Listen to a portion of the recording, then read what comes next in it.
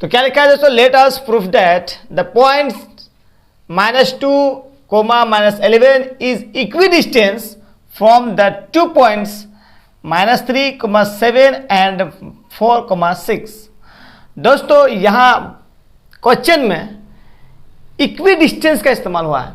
यहाँ समझिए कोशिश कर, इक्वी डिस्टेंस ये कह रहा है कि ये पॉइंट जो है -2 और -11, ये इन दोनों पॉइंट, ये दोनों पॉइंट है, इससे ये दोनों पॉइंट बराबर में, इससे ये जितनी दूरी में है ये भी उतनी ही दूरी में इससे। जैसे ये डायग्राम देखिए आप, पॉइंट ए मान लेते हैं कि पॉइंट ए जो है ये -2 और -11 ये पॉइंट ए है, ठीक।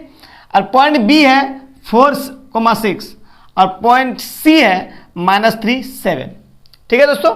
बोल रहा है कि ए बी जितनी दूरी है ए सी भी उतनी ही दूरी है, बस इसको प्रूफ करना है। ये बहुत आसान है दोस्तों, इसको समझने की जरूरत है आपको। चलिए, तो फार्मूला तो वही है सेम। इसको क्या करेंगे दोस्तों, सबसे पहले हम ए बी को लें या ए सी को लें, जिसको चाहे उसको ले सकते हैं। सिर्फ प्रूफ करना है कि जो आंसर ए बी का आएगा वही आंसर ए सी का भी आना चाहिए। अगर नहीं आया तो इक्वी डिस्टेंस नहीं है, क्योंकि बोला है कि इक्वी डिस्टेंस है यहाँ, तो है तो सॉल्व करके देखना पड़ेगा। सॉल्यूशन इसमें दोस्तों SOLN मतलब शॉर्ट में लिखे हैं, पूरा लिख दीजिएगा आप लोग। तो किसको लेंगे, ए बी को ले लेते हैं।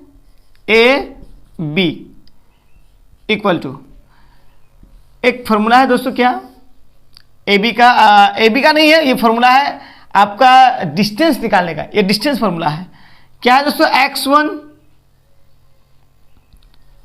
और -x2 whole square plus y1 -y2 whole square equal.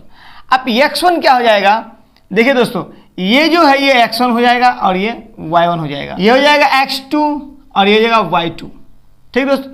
इसी से आप इसके वैल्यू को आगे पुट कीजिए। जैसे दोस्तों हम लोग देख पाते हैं कि यहाँ x1 y1 x2 y2 इनकी वैल्यू यहाँ दी हुई है, इसी वैल्यू को हम लोग नीचे लाके पुट करना है।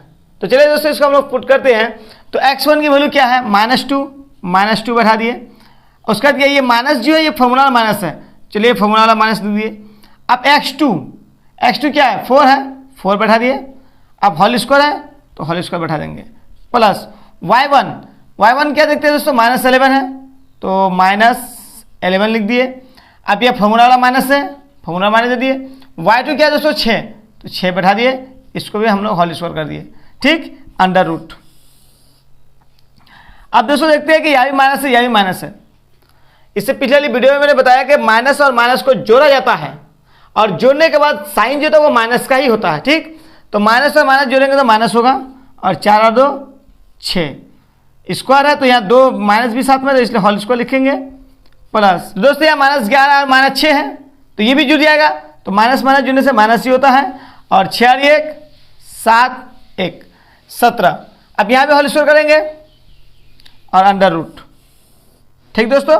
अब देखिए माइनस का स्क्वायर प्लस हो जाता है तो इसलिए प्लस लिखने की यार जरूरत नहीं है। 6 का स्क्वायर हो जाएगा 36, प्लस माइनस का स्क्वायर प्लस हो गया। अब 17 का हो जाएगा 289 अंडर रूट। तो दोस्तों जैसे देख सकते हैं कि हम लोग का यहाँ स्क्वायर हट गया। अब हम लोग इसको दोनों को जोड़ देना है, तो 9 और 6 को जोड़ेंगे तो 9 6 15 हासिल 1 होता है। उसमें फिर आप 8 और 1 9 9 3 12, 12 का 2 हासिल 1 1 2 और 1 3 325 अंडर रूट। तो ए सी भी हम लोग प्रूफ करके देखते हैं कि 325 आता है कि नहीं रूट।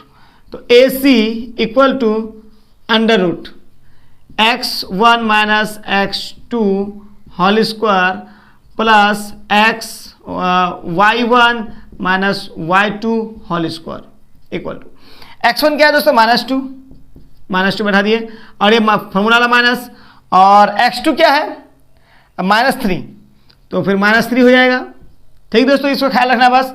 अब होल स्क्वायर है तो होल स्क्वायर कर देंगे, प्लस y1 कितना है -11 ये फॉर्मूला वाला माइनस, y2 कितना है 7, तो यहाँ लगे 7 बैठा देंगे दोस्तों होल स्क्वायर। अब इसको सॉल्व करते हैं तो -2 का -2 minus minus +3 whole square, plus देखिए दोस्तों यहाँ -11 है -7 है तो क्या आ जाएगा -18 हो जाएगा।